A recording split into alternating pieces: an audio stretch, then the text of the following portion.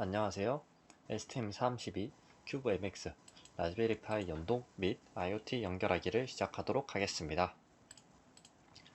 일단은 이번 시간에는 ST보드로 UART 통신하기, 그리고 라즈베리 파이와 UART 통신, 다음 라즈베리 파이에서 AWS IoT 업로드까지 진행해 보도록 하겠습니다. ST보드 기본적인 사용법에 대해서는 지지난주에 다른 분들이 같이 진행해 주셔서 초기 설정하는 내용들은 이제 해당 내용을 참조해 주시기 바랍니다. 일단은 UART에 대해서 한 번 더 짚어보고 넘어갈 건데요. UART라 하면은 Universal Asynchronous Receiver Transmitter의 약자입니다. 해석하면 범용 비동기 송수신의 약자인데요. 물리적 회로나 IC 같은 장치를 의미하긴 하는데 프로토콜, 그러니까 I2C 같은 그런 프로토콜을 의미하는 것은 아닙니다. RX, TX를 이용해서 데이터를 주고받는다는 특징이 있고요. 전이중, 반이중, 그리고 단방향 방식, 이렇게 세 가지가 있습니다. 2400bps부터 115,200 혹은 1메가 그 이상까지도 여러 통신 속도를 사용하고 있습니다. UART를 보면 같이 나오는 게 USART라고 나오는 게 있는데요. Universal Synchronous Asynchronous Receiver Transmitter의 약자입니다. 이거는 아까 위에서 말했던 이런 RX, TX 외에도 클럭핀이 하나가 따로 있습니다. 그 클럭핀을 발생하는 곳을 마스터, 클럭을 받는 곳을 슬레이브로 해서 이제 클럭핀을 이용해서 동기화를 하는 것입니다. 그러면 예를 들어 여기서 통신 속도를 지정을 해주고 사용을 했었는데, 그런 통신 속도 지정 없이 클럭핀에 따라서 데이터를 읽기 때문에 조금 더 용이하다는 특징이 있는데요. 하지만은 클럭핀, 즉 선 한 개가 더 필요하다는 그런 특징 때문에 요즘에는 잘 사용되고 있지 않습니다. 왜냐하면은 클럭핀, 이게 케이블 하나가 추가된다는 것은 곧 돈으로 연결이 되기 때문에 돈이 추가되는 것보다는 아끼는 방향으로 가고 있어서 대부분 그렇습니다. 일단은 큐브 MX에서 먼저 세팅을 진행해 주도록 하겠습니다. 큐브 MX와 큐브 ID를 사용을 할 건데요. 기본적인 설정은 이제 이쪽에서 진행하도록 하겠습니다. 이쪽에서 따로 설치해 줄 건 없고, 시작에 보드 셀렉터를 이용해서 바로 보드를 선택해 주겠습니다. 보드에 보면은 이제 이쪽에서 검색을 할 수가 있는데요. IoT라고 검색을 해보면은 L475도 있고 L4SOI 이 보드가 있는데요. 이번 시간에 사용하는 거는 L4SOI IoT01A 보드입니다. 475랑 비슷하게 기본적인 스펙들 다 들어가 있고요. 메인 보드로는 STM32 L4 보드를 사용하고 있습니다. 이 보드를 이제 더블 클릭해서 보면은 Shall all peripherals with their default mode, 그러니까 기본 설정으로 진행할 거냐 라고 묻는 부분이고요. Yes를 눌러서 기본 설정을 다 가져와 줍니다. 왜냐면은 GPIO가 되게 여러 가지가 있는데, 예를 들어서 스케매틱을 한번 살펴보겠습니다. 이게 이제 L4 보드의 IoT 보드의 스케매틱인데요. 스케매틱이라 하면은 이제 회로도 커버 파일 같은 것보다는 내부적으로 어떻게 연결되어 있는지를 나타내는 게 대부분의 내용입니다. 보면은 위에 LED 같은 부분이 어떻게 연결되어 있는지 볼 수가 있고요. 그 외에도 전원부 들어온 부분, 그리고 GPIO가 이제 아두이노 우노 커넥터라고 해서 우노 형식을 따르는 그런 안핀의 커넥터를 많이 띄고 있는데요. 보면은 0, 1번부터 13번, 물론 여기는 14, 15번까지 다 사용하고 있습니다. 그리고 0번, 1번이 UART 4번을 사용하고 있다 라는 것을 알려주고 있고요.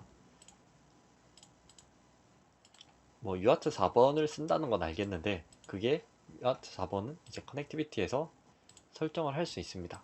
어싱크로너스 모드로 하고 싱글 와이어 같은 하프트플렉스, 이제 반이중 통신으로 딱히 하진 않고 그냥 어싱크로너스로 진행해 주겠습니다. UART 4번 같은 경우는 여기에 이 밑에 이쪽에 0, 1번에 설정이 되어 있습니다. 보통 뭐 우노 같은 경우는 0, 1번이 내부적으로 연결되어 있어서 사용을 못한다고 하는데, 여기는 UART를 이제 4개 USART의 클럭을 빼면 이제 UART로 쓸 수 있기 때문에 4개를 가지고 있고요. 이쪽에서 그러면 내부적으로 USB가 SD링크로 연결되어 있는데, 그건 어디 연결되어 있느냐 보면은 링크로 검색을 해보면은 이쪽에 UART 1번으로 연결이 되어 있습니다. SD링크 쪽으로 연결이 되어 있고, 이쪽 메인보드에서는 UART RxTX로 연결이 되어 있고요. 이쪽에 보면은 보드에 ST UART 1번 TX, RX 연결되어 있는 것을 볼 수가 있습니다. SD링크에 대한 부분도 나와 있고요.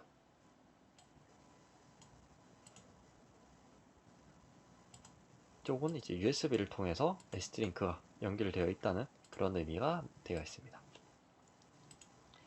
그래서 일단 대표적으로 여기서 주로 봐줄 부분은 UART 4번 그리고 SD링크가 연결되어 있는 쪽에 UART 1번이 되겠습니다. 4번에서 밑에 파라미터 세팅이 여러가지가 있는데요. 바우드 레이트에서 통신 속도, 그리고 데이터 비트가 얼마인지, 페리티 비트 사용할 건지, 스탑 비트 어떻게 할 것인지, 혹은 뭐 액티브 레벨이라든지 P4 모드 같은 것들도 세세하게 설정을 할 수 있습니다. 여기선 단순하게 기본 설정에서 통신 속도를 9600으로만 바꿔주도록 하겠습니다. 그리고 1번으로 똑같이 이동해서, 여기는 이제 USART니까 싱크로너스 모드도 가능하겠죠. 마스터 슬레이브가 있는데 분홍색으로 되어 있습니다. 이 부분은 마스터 슬레이브를 할 수 있는데, 이걸 하려면은 아까 말씀드렸다시피 클럭핀, 즉 클럭을 발생시키는 핀이 필요합니다. 마스터라고 하면은 클럭을 이제 내보내는 부분, 슬레이브는 클럭을 받는 부분인데, 이게 마우스를 올려놓고 있다 보면은 PA8과 PB5번이라고 되어 있고요. GPIO 아웃으로 설정되어 있다고 나와 있습니다. PB5번 같은 경우는 지금 쪽에 뭔가 설정이 되어 있는데요. SPI 3번으로 사용이 되고 있고요. 또 PB5번 받고 PA8번 같은 경우에는 쪽은 BTL, 그러니까 블루투스 쪽으로 사용이 되고 있네요. 그래서 이걸 이미 사용하고 있기 때문에 클럭으로 사용할 수 없다는 의미가 되겠습니다. USART 1번은 이제 SD 링크를 통해서 디버그를 하거나 뭐 컴퓨터 상에서 시리얼 통신을 볼 때 사용을 할 수 있고요. 속도는 아까 위와 마찬가지로 9600으로 설정해 주겠습니다. 그리고 뭐 그 외 부분은 기본적으로 뭐 LED 2번 같은 내용들 달 있고, 센서들 쓰기 위한 핀들 이렇게 쭉 연결이 다 되어 있습니다. 이 부분은 이번 시간에 따로 설명하지 않도록 하겠습니다. 그리고 여기서 저장을 해주는 것을 확인해 주시고요.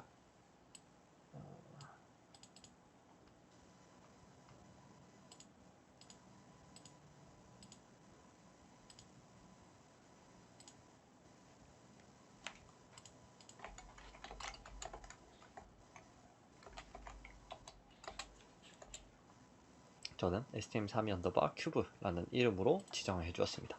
IOC는 이제 이런 설정 파일들 다 있는 부분을 의미하고요. 제너레이트 하기 전에 프로젝트 매니저로 이동해서 이제 프로젝트 설정을 해줍니다. stm32cube라고 설정을 해주었고, 프로젝트 로케이션, 이제 저장되는 위치, 그리고 뭐 어드밴스 그대로 해주면 되고, 메인은 생성해야 되니까 do not generate 메인은 이제 생성해주기 위해서 체크 해제해주시고요. IDE 같은 경우는 STM32 큐브 IDE를 사용하도록 하겠습니다. 제너레이터 언더 루트 하면 이제 루트 밑에다가 생성을 하겠다는 의미인데요. 이 폴더 내에 생성을 할 것이냐, 아니면 뭐 따로 다른데 생성할 것이냐 의미입니다. 루트로 바로 생성을 해주도록 하겠습니다. 코드 제너레이터에서 이제 한 가지 체크를 해줄 건데, Generate Peripheral Initialized Pair of CHA 파일 이쪽 1을 클릭해주면은 원래는 main.c랑 main.h 메인에다가 다 포함이 되는데 그거를 분리를 시켜줍니다. 이거를 이제 체크해주는 이유는 설정 파일이 이제 한두 개가 아니기 때문에 이거는 개인 취향이라고도 할 수 있는데 설정 파일을 이제 분리해 줌으로써 조금 더 편리함을 추구하기 위해서 해준 것입니다. 까지 해주고 제너레이트 코드 이제 저장 한번 해준 뒤 제너레이트 코드로 코드를 생성해 줍니다. 코드 생성에는 약간의 시간이 소요가 되기는 하는데요, 크게 오래 걸리지는 않고 큐브 IDE로 바로 이동하도록 하겠습니다. 저기서 뭐 오픈 폴더로 하셔도 되고 오픈 프로젝트로 바로 열어주셔도 괜찮습니다.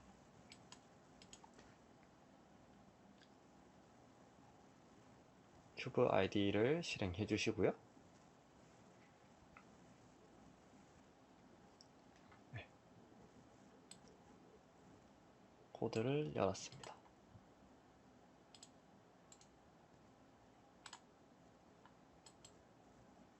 그래서 지난 코드들은 좀 지워주고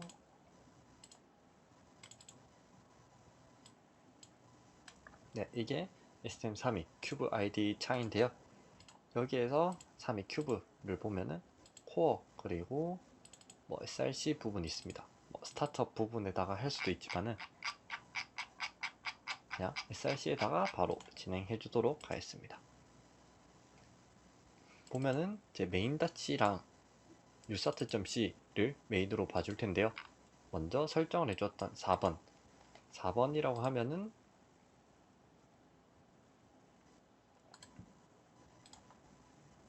여기에서 아까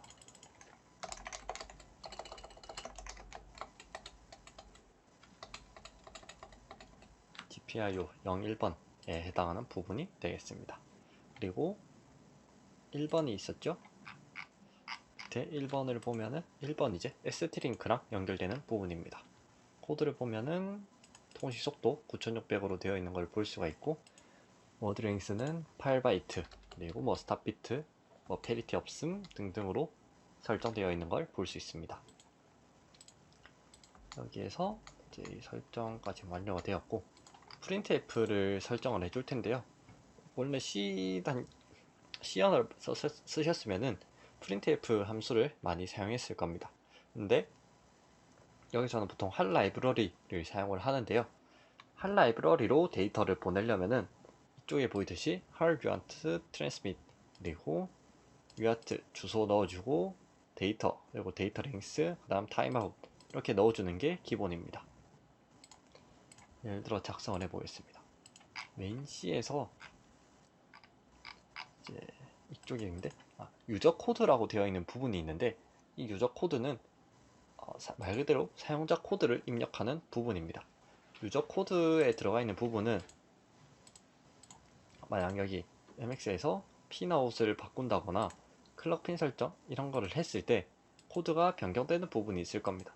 예를 들어 usart1을 아예 꺼버렸다 라고 하면은 이 위에 이 uart init이 사라지겠죠.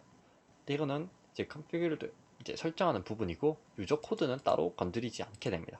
그래서 이쪽에서 제너레이트에서 이로 넘어올 때 유저 코드에다가 써둔 거는 건드리지 않기 때문에 가급적 유저 코드 안에다가 작성해 주는 것이 좋습니다.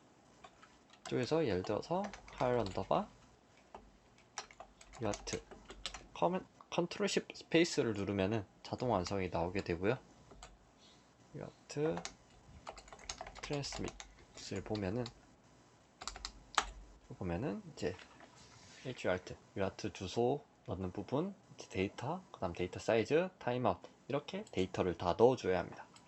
이러면 이제 뭐 제일 크게 불편함을 느끼는 것이 데이터들을 전부 다 캐릭터 형태로 바꿔서 넣어줘야 되는 이 부분이 있고요. 여기서 보면은 뭐 유인트의 포인터 형태긴 하지만은 이거에 맞춰서 다 뭐 캐릭터형이라든지 아니면 8비트 형태로 바꿔서 넣어줘야 된다는 그런 단점과 사이즈도 같이 넣어줘야 되기 때문에 조금 불편한 점이 있습니다. 물론 이제 뭐 C++ 같은 걸 사용한다면은 스트링 라이브러리를 통해 가지고 스트링을 이제 그냥 캐릭터 어레이로 변환시켜서 바로 넣고 스트링의 랭스를 받아서 넣는 방법도 있겠지만은 일단 C에서는 printf라는 함수가 있기 때문에 printf 함수를 사용하기 위한 설정을 해주도록 하겠습니다. printf 사용 설정은 뭐 크게 어렵진 않은데요. 일단 begin include 쪽에다가 standard IO를 넣어주게 되고요. begin include 같은 경우는 이쪽에 있습니다. standard IO를 넣어주게 되고 begin for 안에 밑에다가 int IO 언더바 put character라는 걸 넣어줍니다.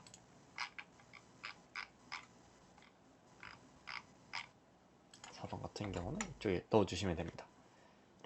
이제 뭐 printf인데 왜 갑자기 IO put character가 나오냐 물으시면은 printf를 타고 라이브러리를 넘어가다 보면은 중간에 도착하는 곳이 이제 IO put character 부분이 있습니다. 해당 부분에서 이제 캐릭터 데이터를 받으면은 HUART 1번, 즉 1번 포트가 string으로 바로 보내는 거죠. 그리고 캐릭터를 변환해서 넣고 그냥 일식 하나씩 바로바로 보내는 것입니다. 이렇게 리턴까지 해주긴 하지만은 뭐 따로 확인을 하진 않고요. 이 함수가 이제 printf의 처리 과정이 있기 때문에 그 과정에서 이 1번으로 데이터를 할 라이브러리 이용해서 보내주는 것입니다. 그리고 이제 printf를 이제 사용할 수 있게 되었으니까 테스트를 해보도록 하겠습니다. 코드 begin 밑에다가 printf start rn 해서 줄바꿈까지 넣어주시고요. begin 이쪽은 이제 while문 밑에 있으니까 계속 반복이 되겠죠. 이쪽은 예를 들어서 테스트라고 적어주겠습니다. 테스트 그리고 하런더바 딜레이 해서 한 2초에 한 번씩 데이터를 보내는 식으로 하겠습니다. 저장을 해주고 위에 망치 모양을 눌러서 빌드를 해줍니다. 물론 이제 빌드하는데 시간이 걸릴 수 있는데 이 시간에 보드를 연결해 주시면 되고요. 보드 연결은 뭐 별 다른 거 없이 그냥 USB만 연결해 주시면 되겠습니다. 그리고 이쪽에 런을 이용해서 바로 업로드를 해주시면 되는데요. 런에지에 혹시나 여러 개가 있다면 cortexm cc++ 애플리케이션으로 해주시면 되겠습니다.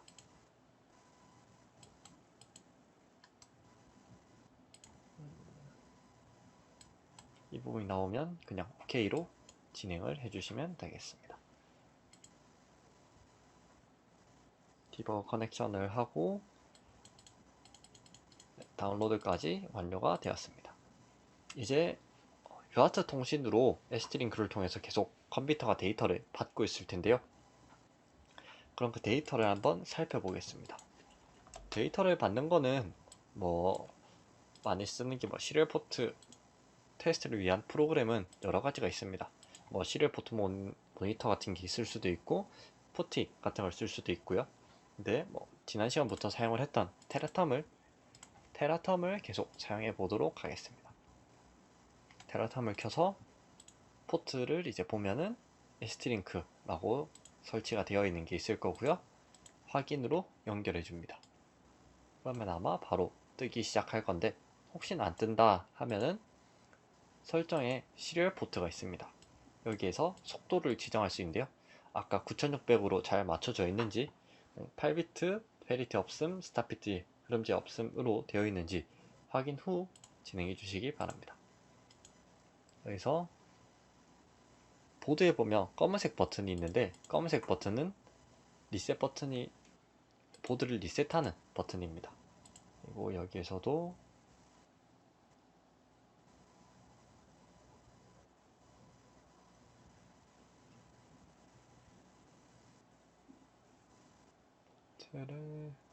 뭐 화면 지우고 도포 비우고 만약에 리셋에 문제가 있다면은 여기서 다시 한번 업로드를 해주시기 바랍니다. 그러면은 위에 스타트부터 해서 테스트가 잘 넘어오는 것을 볼 수 있습니다. 이 부분이 이제 이게 돼야지 UART 통신이 가능한 것을 볼 수가 있고요. 근데 라즈베리 파이에 UART 통신으로 데이터를 바로 물론 넘길 수 있습니다. 다만 라즈베리 파이에 ST 링크 드라이버가 설치되어 있어야 되고 그렇기 때문에 별도의 장비를 이용해서 넘겨주도록 하겠습니다. 업로드가 완료되었고 테라텀으로 테스트까지 진행되었습니다. 라즈베리 파이랑 SD 보드를 이제 UART 통신을 하기 위해서 사용하는 것이 USB-UART 모듈이 되겠습니다. 이 모듈 같은 경우는 UART 통신을 받을 수 있는 그런 USB 모듈인데요. 여러 종류가 있습니다. 특정 칩들인데요. CH340이라든지 CP210이 같은 칩이 내장된 그런 모듈을 사용해 주시면 됩니다. 근데 단점은 이제 확인하셔야 될 점은 ST 보드 자체가 3.3V 레벨을 사용하기 때문에 3.3V 지원 가능한 제품을 사용해 주셔야 되고요.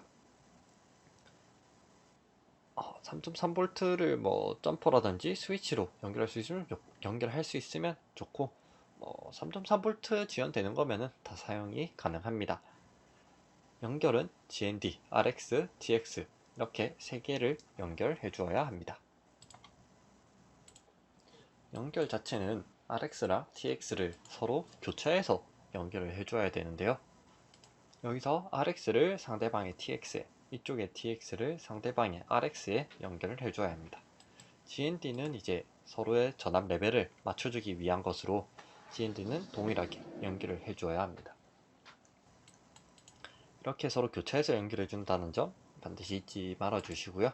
보면은 0번이 RX, 1번이 TX가 됩니다.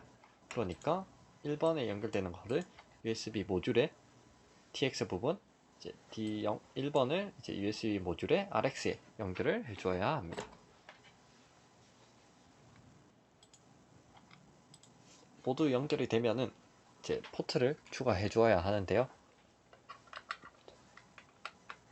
먼저 USB 보드를 연결해 보도록 하겠습니다.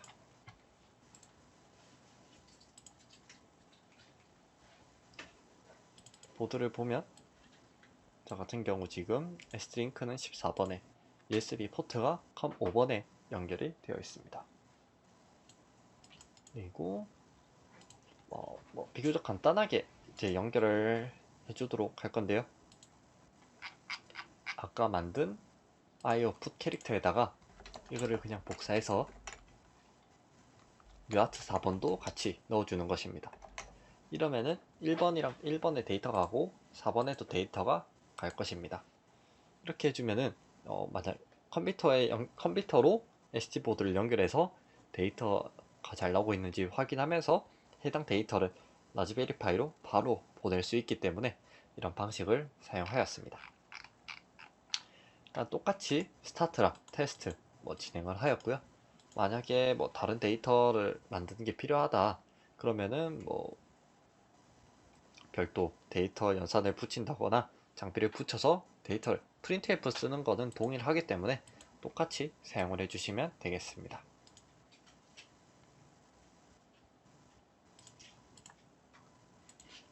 다음 UART 포트가 잘 되었는지 확인하기 위해서 ID에서 다시 빌드를 하고 업로드를 해줍니다. COM14번은 계속 열어둔 상태였고요. 테라텀을 하나 더 열어서 저 같은 경우는 COM5번에다가 연결을 해주도록 하겠습니다.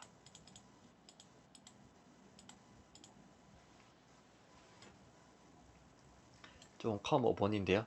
현재 테스트가 잘 넘어온 걸 볼 수 있고요.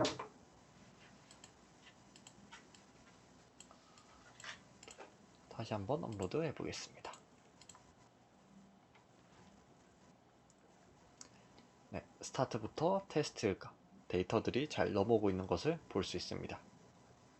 이렇게 해서 이 데이터를 라즈베리 파이에서 받아서 진행해 보도록 하겠습니다.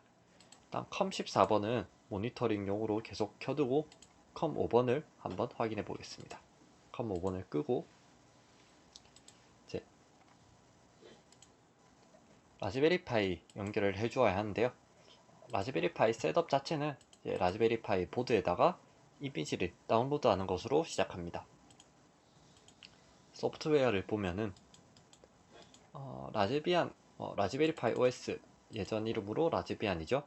이거를 계속 사용을 하고 있는데요. 크게 세 가지 버전이 있습니다. 라이트는 이제 제일 최소화되어 있는 필수적인 패키지만 있는 버전. 라즈베리 파이 OS with 데스크탑은 데스크탑, 그러니까 일반적인 GUI 환경 그런 거죠. GUI 환경까지 설치되어 있는 버전. 다음으로 GUI 환경에다가 리커멘드 소프트웨어, 이제 뭐 추천 소프트웨어들, 매스메티카라든지 리브레오피스 같은 그런 추천 소프트웨어들까지 다 설치되어 있는 그런 버전이 되겠습니다.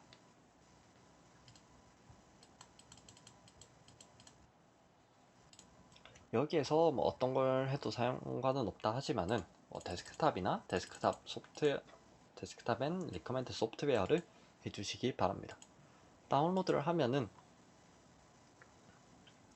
이미지 파일이 다운로드가 될 거고요. 다운받는 데는 일단 시간이 좀 걸리니까 이건 다운받아서 업로드 해주시면 되겠습니다. 다운받으면 ISO 혹은 IMG 파일이 나올 텐데요.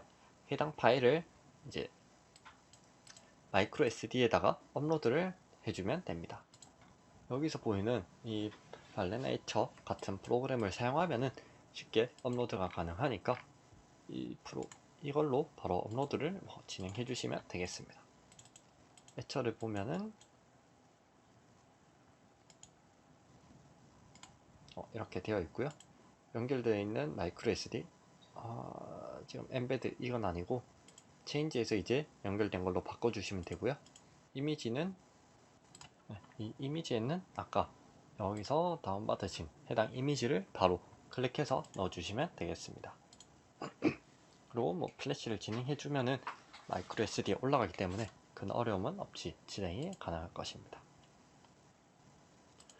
이제 라즈베리 파이를 사용하는 데는 크게 두 가지 방법이 있는데요.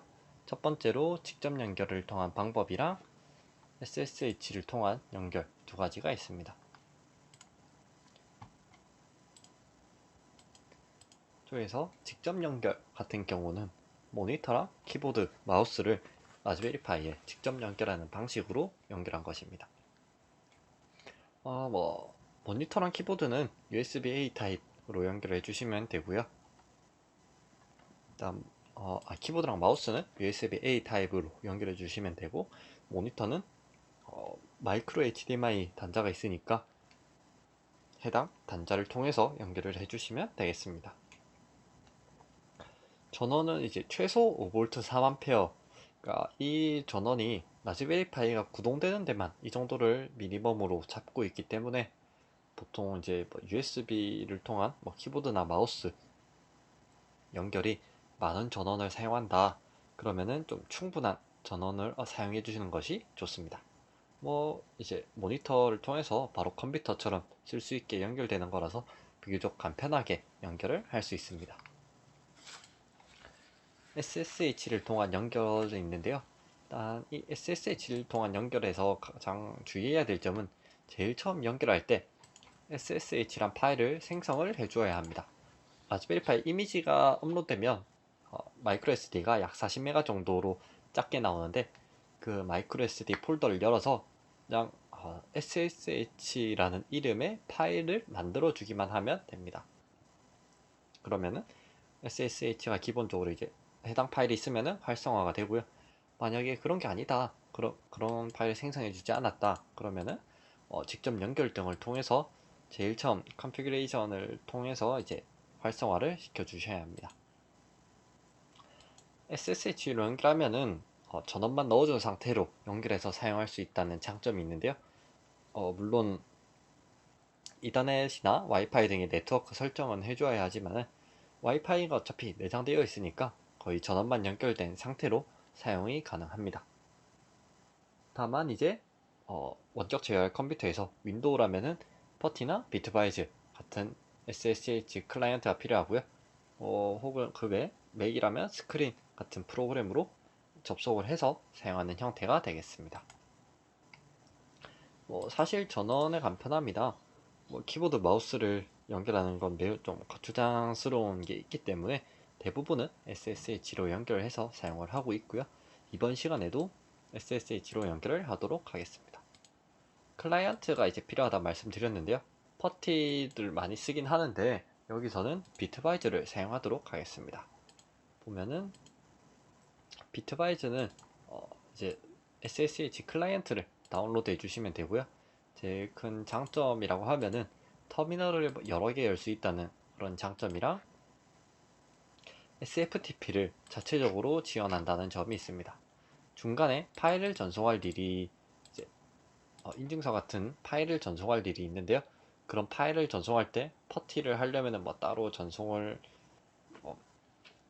따로 어디 업로드해서 전송하거나 혹은 다른 방법을 써야 되는 반면에 비트바이즈의 SFTP를 쓰면은 SSH를 통한 FTP 파일 전송이기 때문에 바로 전송을 할 수 있어서 매우 편리하게 사용할 수 있습니다. 이렇게 라즈베리파이 연결을 해줄 수가 있고요. 연결 화면은 이렇게 생겼습니다. 뭐랄까? 새 비트바이트를 열어보면은 제일 처음엔 이렇게 나오는데요. 와이파이고 이제 호스트 뉴 프로파일을 보였습니다. 제일 처음 파일을 생성을 해주면 되고요. 그러면은 그냥 테스트라고 지어주겠습니다. 그러면은 호스트나 포트 이런 인증 부분을 넣어줘야 하는데 호스트는 라즈베리파이 IP 혹은 DNS가 있다면 DNS 등을 넣어주시면 되고 포트도 같이 입력해 주시면 됩니다. 저 같은 경우는 내부망에 연결되어 있으니까 내부망 IP랑 포트를 연결해 주었고요. 인증은 퍼블릭 키를 쓸 수도 있고 아니면은 패스워드를 쓸 수도 있습니다. 제일 기본적으로는 파이 그리고 라즈베리를 사용하기 때문에 유저네임과 패스워드를 넣어서 진행해 주시면 되겠습니다. 이쪽에서 옵션 등 처음 로그인 됐을 때 터미널 열 건지 SFTP를 열 건지 리모트 데스크탑 이걸 쓰면은 리모트 데스크탑도 열 수 있기 때문에 설정 등을 할 때 간편함이 있습니다. 외 터미널에 관한 프로토콜 설정, 코드 페이지라든지 SFTP 설정 등을 할 수 있습니다. 터미널을 열어서 진행을 해주시면 가능하고요. 이렇게 연결이 된 것을 볼 수 있습니다. 이쪽에서 이렇게 연결이 되었고요.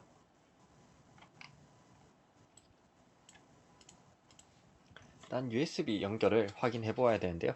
아까 PC에 연결을 했던 USB to UART 모듈을 라즈베리파이에다가 연결해 주시면 되겠습니다. 연결하기 전에 하나 확인을 해줄 텐데요.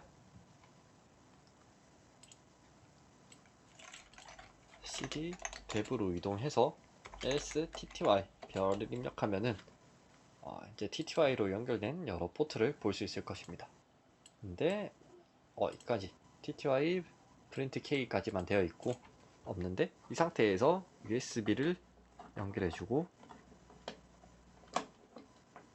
다시 TTY를 보면은 USB 제로가 생긴 것을 볼 수 있습니다. 이쪽을 통해서 이제 USB to UART 모듈을 통한 통신을 할 수가 있고 이쪽에도 생긴 것을 볼 수 있습니다. 이제 스크린이라는 걸 이용해서 간단하게 테스트를 해볼 건데요. 스크린은 말 그대로 그냥 SSH 연결 같은 걸 할 수 있는 프로그램인데 USB 이제 UART 통신 쪽도 확인을 할 수 있기 때문에 사용하도록 하겠습니다. sudo apt-get install 스크린으로 스크린을 설치해 줍니다. 저는 이미 설치되어 있어서 이렇고 중간에 용량이 얼마다 라는 부분이 나올 텐데 그 부분은 그냥 Y를 입력해서 쭉 진행해 주시면 되겠습니다. 되었다면 스크린 dev tty usb 0 그 다음 9600은 통신 속도를 의미합니다. 입력을 해주면은 이제 한번 잠깐 테스트가 계속 나오고 있었으니까 테스트가 들어오는 것을 볼 수 있습니다. 이러면은 이제 UART 통신을 받고 있다. 그리고 이 UART 통신을 받아서 무언가 처리를 할 수 있다. 그렇게 확인을 할 수 있습니다. 나가는 방법은 Ctrl A, K, Y를 입력해주면 종료를 할 수 있습니다. 네, 이렇게 테스트를 해보았고요. 종료도 이렇게 해주시면 되겠습니다. 파이썬으로 이제 시리얼 통신을 해봐야 될 텐데요. 왜냐면은 이번 시간의 목적이 SD 보드로부터 UART 통신을 이용해서 뭔가 데이터를 받아서 그 데이터를 AWS IoT로 업로드하는 것이기 때문에 뭔가 데이터를 일단 받아야 합니다. 그리고 그 받은 걸 업로드할 거니까 일단 언어는 파이썬을 사용을 할 것이고요. 파이썬으로 연결을 해보도록 하겠습니다. 일단 홈 디렉토리로 가서 pip3 install 파이시리얼을 해줍니다. 그러면은 파이시리얼은 파이썬에서 시리얼 통신을 하기 위한 패키지입니다. 설치가 완료가 되었고요. 간단하게 데이터를 받아보도록 하겠습니다. 여기서 파이썬 3로 한번 들어간 다음에 import serial 다음 시리얼을 이제 설정해 줍니다. dev tty usb 0였죠. 다음은 r은 readline 해주고 print r을 해보면은 바이트 형태로 이제 테스트란 데이터를 받은 것을 볼 수 있습니다. 리드라인 같은 경우는 이제 줄바꿈이 있을 때까지 데이터를 받겠다라는 의미가 되고요. 그냥 리드라는 함수도 사용을 할 수가 있습니다. 이렇게 하면 5개를 받겠다라는 의미가 되고 10개 이렇게 받을 수도 있습니다. 마지막엔 시리얼 클로즈를 이용해서 시리얼 포트를 닫고 컨트롤 D 혹은 exit 명령으로 종료를 할 수 있습니다. 일단 이렇게 파이썬으로 시리얼 통신이 확인이 가능하다는 것을 간단하게 테스트해 보았습니다. 그럼 다음으로 AWS IoT를 한번 테스트해 보도록 하겠습니다. AWS IoT는 이제 IoT 데이터, IoT를 위한 그런 여러 가지를 볼 수가 있는데요. 보면은 일제부터 클라우드까지 서비스를 보유하고 있고 AI 통합이나 확장성 등등을 안내하고 있습니다. 왜냐면은 이제 FreeRTOS나 IoT 그린 글래스 외 IoT 코어 이제 메인으로 사용할 이 코어가 있고 분석, 이벤트 등등이 있습니다. IoT 코어를 하면은 이제 MQTT 부분이 같이 나오는데 일단 실습을 통해서 먼저 확인을 해보고 해당 내용에 대해서 이론적으로 살펴보도록 하겠습니다. AWS IoT 하면 일단 기본적으로 IoT 장비를 위한 AWS의 솔루션 중 하나라고 보면 되겠습니다.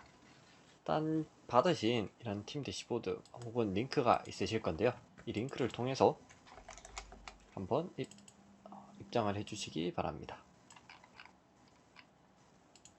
이쪽에서 접속 주소로 들어가 보면은 이런 텀이 나올 것이고요. 로그인을 진행해 줍니다. 로그인 후에는 이벤트 아이디라던가 이런 아이디들이 나올 건데 일단 콘솔로 바로 이동해 주겠습니다. 노스이스트 2번을 사용해 달라 라는 말이 나오고요. 노스이스트 2번 같은 경우에는 서울 리전을 의미하게 됩니다. 일단 AWS 콘솔을 열어줍니다. 이러면은 이제 위에 로그인이 된 걸 볼 수 있고 서울 지역 즉 AP 노스이스트 2번 이제 서울 리전에 연결되어 있는 걸 볼 수가 있습니다. 보면은 여러 가지 이제 서비스들이 있는데요. 그 중에 IoT 코어로 들어가서 사용을 해보도록 하겠습니다. 이 위에다가 IoT 코어라고 검색해 주시면 들어갈 수가 있고요. 코어로 들어왔습니다. 코어에서 왼쪽에 있는 온보드 겟스타트로 한번 진행해 보도록 하겠습니다. 겟스타트를 눌러서 장치를 등록하고 연결 커넥션 키트를 받고 테스트, 장치를 테스트하는 그런 내용이 되겠습니다. 겟스타트 일단 리눅스 계열에서 진행이 되고요. 라즈베리 파이 OS가 데비안 계열이기 때문에 리눅스 그리고 파이썬으로 진행하도록 하겠습니다. 밑에 보면은 파이썬이랑 깃이 설치가 되고 TCP 커넥션 이제 인터넷에 8883 포트로 연결되는 것으로 나와 있습니다. 만약에 뭐 포트 아웃풋이니까 그게 상관은 없을 건데 혹시나 아웃풋 포트가 막혀 있는 곳이 있다면은 이 아웃풋 포트를 이 8883 포트를 열어주시기 바랍니다. 넥스트를 진행해 주고요. 보드를 생성해 주어야 합니다. 이 보드가 뒤에 여기서 작성하는 네임이 클라이언트 아이디로도 사용이 되기 때문에 겹치지 않게 적어 주셔야 되겠습니다. 예를 들어서 stm 알파의 테스트라고 적어 주겠습니다. 네임을 적어주고 넥스트 스텝 다음으로 이제 정책이라는 부분이 있는데요. 이 정책은 어차피 뒤에 보안이랑 관련된 부분인데 보안은 뒤에 추가를 해줄 거니까 프리비어스로 보면은 리시브는 토픽에서 SDK 테스트 자바, SDK 테스트 파이썬 토픽 1, 2를 받는다. subscribe 부분은 토픽 필터가 있고 커넥션은 이렇게 베이직 펍섭이나 SDK 자바, SDK Node.js 이 부분이 이 부분이 클라이언트 아이디인데 이 부분은 뒤에 다시 새로 작성해 주도록 하겠습니다. 보면은 이제 설트랑 프라이빗 키 등등을 받아야 되고요. SDK가 필요한 데이터 파일 그리고 start.sh 기본 실행을 위한 파일이 되겠습니다. 다운로드를 진행해 줍니다. 다운로드 안 하면은 안 넘어가기 때문에 다운로드 되면 밑에 압축 파일을 확인한 후에 넥스트 스텝을 입력합니다. 이쪽은 이제 압축을 풀고 진행하는 부분인데요. 이 압축 파일을 라즈베리 파이로 넘겨줄 필요가 있습니다. 넘겨주기 위해서 SFTP를 사용해 보도록 하겠습니다. 아까 비트바이즈를 열어서 SFTP를 켜줍니다. 이렇게 SFTP를 열어준 다음에 아까 받았던 이 파일, zip 파일을 클릭해서 업로드를 진행해 줍니다. 이미 있는 거는데 오버라이트로 덮어 씌워 주도록 하겠습니다. 이러면 이제 SFTP 역할은 끝났는데 이 하나를 위해서 비트바이즈를 사용할 가치가 있다고 생각합니다. 종료해주고 열어서 unzip을 진행해 줍니다. unzip은 이제 zip 파일을 풀기 위해서 사용하는 명령어이고요. connect device package unzip을 해주고 y로 이미 있기 때문에 이렇게 나오는 것인데 일단 이렇게 진행해 주시면 되겠습니다. 다음 start sh에다가 ch 모드를 해주는데 그 전에 약간의 수정을 해주도록 하겠습니다. start sh를 변경을 해줄 건데요. 중간에 쭉 내리다 보면은 pushD랑 popD라는 부분이 있습니다. 이 부분은 이제 폴더를 이동하는 그런 명령어인데요. 해당 명령어가 라즈베리파이에서 이제 사용되고 있지 않기 때문에 대체할 수 있는 명령어로 바꿔주도록 하겠습니다. pushD는 cd로, popD는 cd.2개로 변경해주고 이 밑에 그냥 파이썬으로 되어 있는 부분은 파이썬 3로 진행해 주도록 하겠습니다. 이쪽도 파이썬 3로 셋업을 다 진행해 주겠습니다. 콜론 WQ로 이제 이 데이터를 저장하고 나가주면 되겠습니다.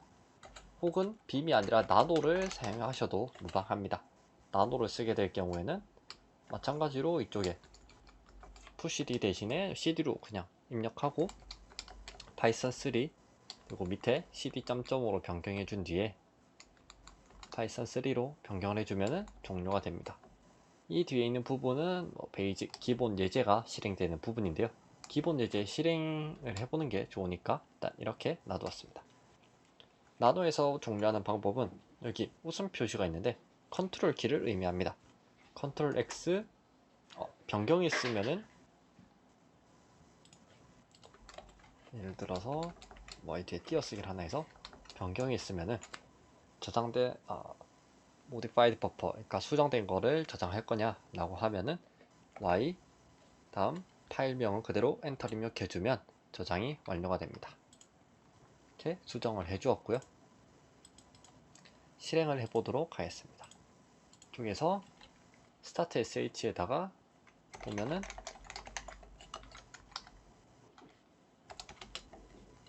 그냥 초록색인데 그냥 흰색 상태인데 chmod 플러스 x를 해주면은 이렇게 실행 권한이 생겼습니다. 수도 권한으로 실행을 해주고요. 그냥 파일을 다운받는데 관리자 권한이 필요한 부분, 그리고 이제 설치하는데 관리자 권한 필요한 게 있어서 그렇습니다. 보면은 SDK를 받아서 헬로 월드라는 걸 계속 보내고 있는 걸 볼 수가 있고요. 아까 우리 이쪽에서 보면은 지금 시퀀스가 계속 올라가는 걸 볼 수 있습니다. 데이터를 갖고 있고요. 여기서 하이라고 한번 입력해 보겠습니다.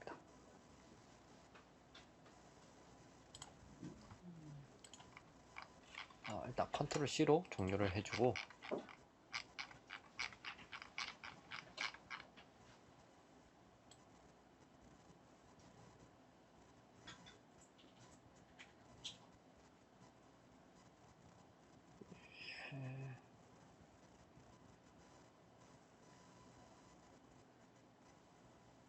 지금 디버그 로그가 쌓여서 찾기가 조금 힘들긴 한데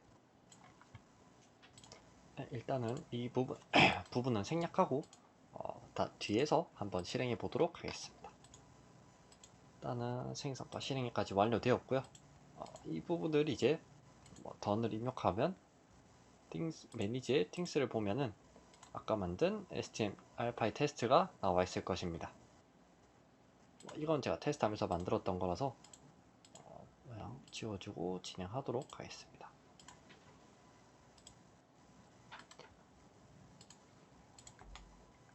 여기에서 정책 생성을 해주어야 하는데요. 여기에 들어가서 보면은 세큐리티가 있고 이제 세큐리티 안에 서티피케이티드들이 있습니다. 이쪽에서 보면은 디테일 정보들이 뒤에 나와 있고 폴리시 즉 정책이 있는데요. 이 정책을 보면은 특정 리소스에 대해서만 허용을 하고 있는 것들을 볼 수 있습니다. 이러면 이제 특정 토픽이라거나 혹은 특정 토픽 필터 등을 거쳐야 되거나 혹은 클라이언트 ID에 대해서만 이렇게 받고 있기 때문에 이거를 변경을 조금 해줄 건데요. 테스트를 위해서 모든 정책을 다 허용하는 걸 하나 만들어 주도록 하겠습니다. create에서 allow all policy를 하나 만들어 주겠습니다. 이쪽은 publish나 subscribe 할 액션에 대해서 적어 주는데 별을 하면은 모든 거에 대한 걸 의미하게 되고요. 쪽에서도 토픽이나 그런 걸 지정해 줄 수 있는데 그런 것 없이 모든 것에 대해서 선택하도록 하고 allow 즉 이제 허용을 해주도록 하겠습니다. 다음 create를 해주면은 보면은 모든 걸 허용하는 어떻게 보면 좀 무서울 수도 있는 그런 정책이 완성되었습니다. 이거를 만약에 실제적으로 사용을 하신다면은 특정 정책에 대해서 예를 들면 ARN 즉 여기서 나와 있듯이 publish receive 이거는 주고받는 그런 부분이 되는데 allow resource 그리고 이 뒤에 클라이언트 뒤에 나오는 부분은 클라이언트 ID입니다. 보통은 여기 name을 그대로 가지게 되고요. 이 name에 대해서만 허용을 해준다든지 이 name에 대해서 특정 토픽만 허용을 해준다는 등의 보안 강화가 필요합니다. 아까 정책을 폴리시를 생성을 했으니까 이거를 연결을 해주도록 하겠습니다. 알파이 테스트로 이동을 해서 세큐리티에 서티피케이트로 들어간 다음에 폴리시로 이동해 줍니다. 이런 이유는 이 인증 코드가 너무 길어서 외우기가 힘들기 때문에 그냥 이렇게 들어온 것이고요. 액션에서 attach policy 즉 정책을 추가해주는 부분이 되겠습니다. allow all policy를 진행해주고 attach를 진행합니다. 그러면 이 정책이 있으면은 이제 모든 거에 대해서 다 연결을 할 수 있는 그런 상태가 되었습니다. Allow all policy 이제 연결이 된 걸 볼 수가 있고요. 정책 추가까지 완료되었습니다. 그러면 업로드 부분을 한번 테스트 해보도록 하겠습니다.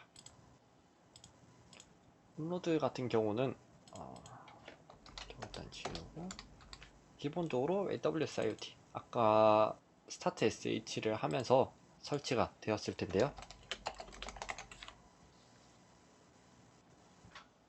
나는 위쪽에 IoT Python SDK가 설치되어 있는 것을 볼 수 있습니다. 그러면은 이제 MQTT 라이브러리를 가져오고 클라이언트 아이디를 이렇게 생성해 주었습니다. 다음 클라이언트 아이디를 이제 클라이언트를 생성을 해주고 클라이언트 아이디를 넣어줍니다. 아이디를 넣어준 다음 엔드포인트를 지정을 해주는데요. 이 엔드포인트는 이쪽에서 일단 테스트를 볼 거니까 테스트로 이동한 다음에 이쪽에 콘솔에서 뷰 엔드포인트를 지정합니다. 그러면 이쪽 엔드포인트를 볼 수가 있습니다. 이거를 복사한 다음 이쪽 엔드포인트에 넣어줄 것이고요. 포트는 8883을 그대로 사용하겠습니다. 다음은 이제 configure credential 이제 인증서를 넣어줄 건데요. 제일 처음에는 root CA, 다음은 private key, 다음은 이제 cert를 넣어주면 됩니다. 이렇게 순서를 맞춰서 경로를 입력해 주시면 되겠습니다. 다음에 오는 것은 이제 오프라인 퍼블리시 큐 이제 연결되어 있지 않을 때 큐 즉 데이터를 몇 개나 쌓아둘 거냐라는 의미인데 -1이면은 그냥 무한대로 쌓아두겠다는 의미가 될 거고요.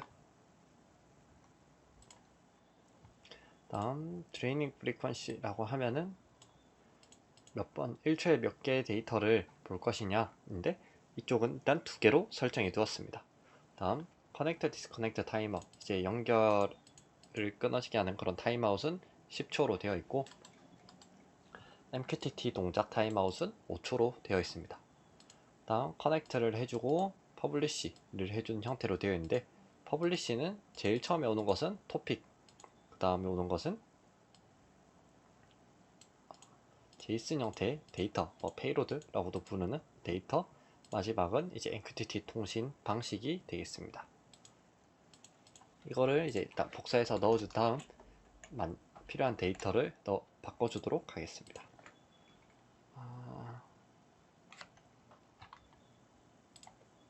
이쪽에서 MQTT test.py 라는 이름으로 적어주고요. 그대로 붙여 넣어주도록 하겠습니다. 엔드포인트는 아까 여기서 봤던 엔드포인트를 그대로 복사해서 넣어주겠습니다.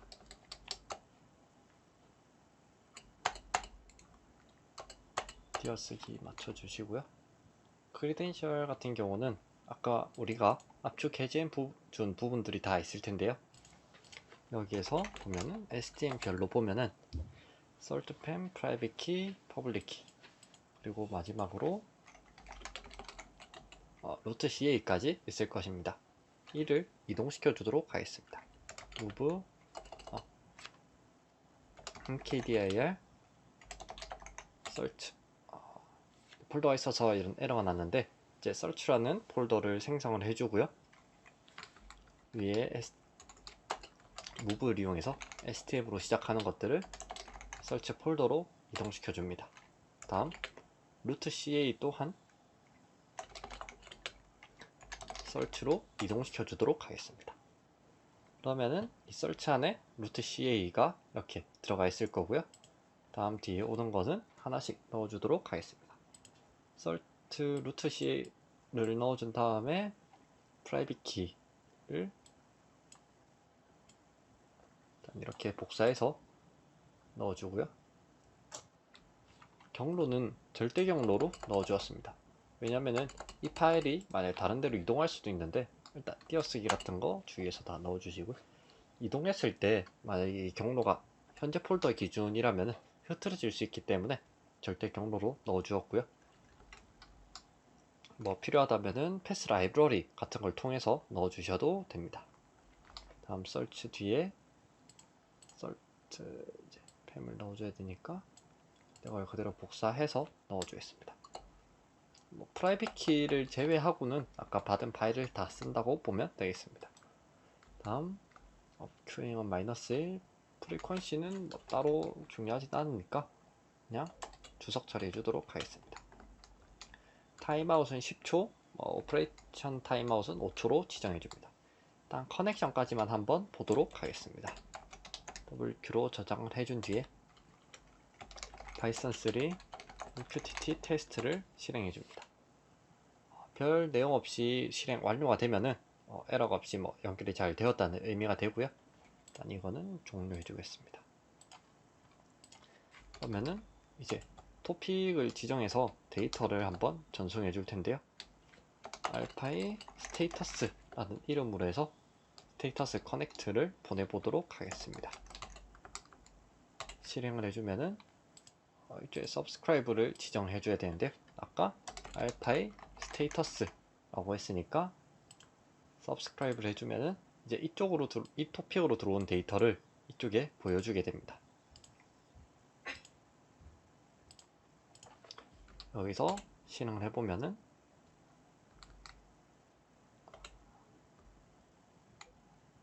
알파이 스테이터스 0. 위에 클라이언트 아이디가 잘못되어 있네요. 클라이언트 아이디는 아까 보았듯이 things에서 이 이름으로 그대로 넣어주면 되겠습니다.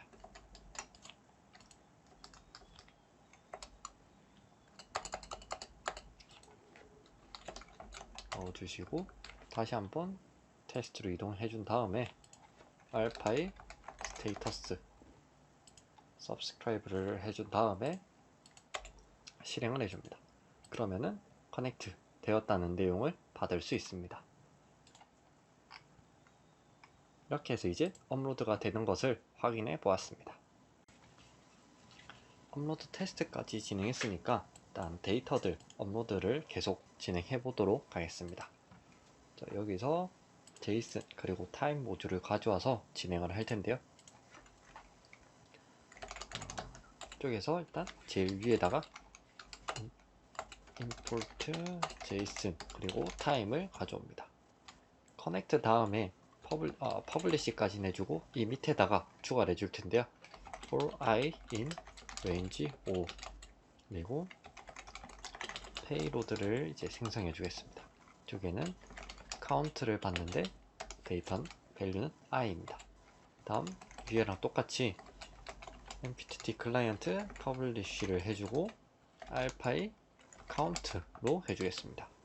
이쪽엔 이제 json.dump payloads 그리고 0으로 해주고 1초 쉬겠습니다. 이 내용을 한번 살펴보면은 일단 JSON이라는 거는 이쪽에서 보이는 게 JSON 형태가 됩니다. JSON이라고 하면은 이제 자바스크립트의 오브젝트 방식인데 특징으로는 키 밸류 방식으로 되어 있다는 그런 점이 있습니다. 일단 이렇게 텍스트를 하나하나 만들어주기 어렵다 보니까 JSON 라이브러리를 이용해서 데이터를 만들어주는 것입니다. 여기서 이제 range라고 하는 거는 그냥 5만 넣어주면 0에서부터 4까지 이제 C의 포문이랑 비슷하게 동작을 하는데요. 0에서 4까지의 숫자를 반환하고 그 숫자를 i에다가 입력하게 됩니다. 그러면 이제 count는 이제 문자열이고 이거는 이제 키 그리고 밸류는 i 즉 0, 1, 2, 3, 4 4개의 데이터가 이쪽에 나올 것입니다. 그 형태가 이제 중괄호로 묶여 있는데 이는 파이썬의 딕셔너리라는 형식이 됩니다. JSON이랑 이제 거의 유사한 그런 형태를 가지고 있는데요. 일단 이 딕트 형태로 페이로드라는 걸 만들어 준 다음에 퍼블리시는 이쪽에는 토픽이라고 아까 말씀을 드렸고요. 여기서 보이는 카운트 토픽에다가 페이로드를 JSON 형식으로 바꿔서 데이터를 퍼블리시 즉 제출하게 됩니다.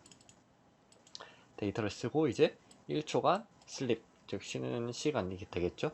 그 시간을 가지고 그 다음 다시 처음으로 돌아서 i가 하나 남긴다고 카운트가 증가되고 그런 형태가 되겠습니다.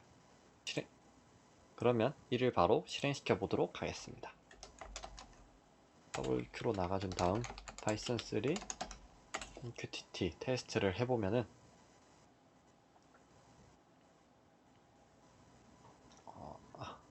이 IoT 창에서 봐야 되는데요. 커넥트는 되었고 subscribe 쪽에 count를 추가해서 토픽을 읽어줍니다.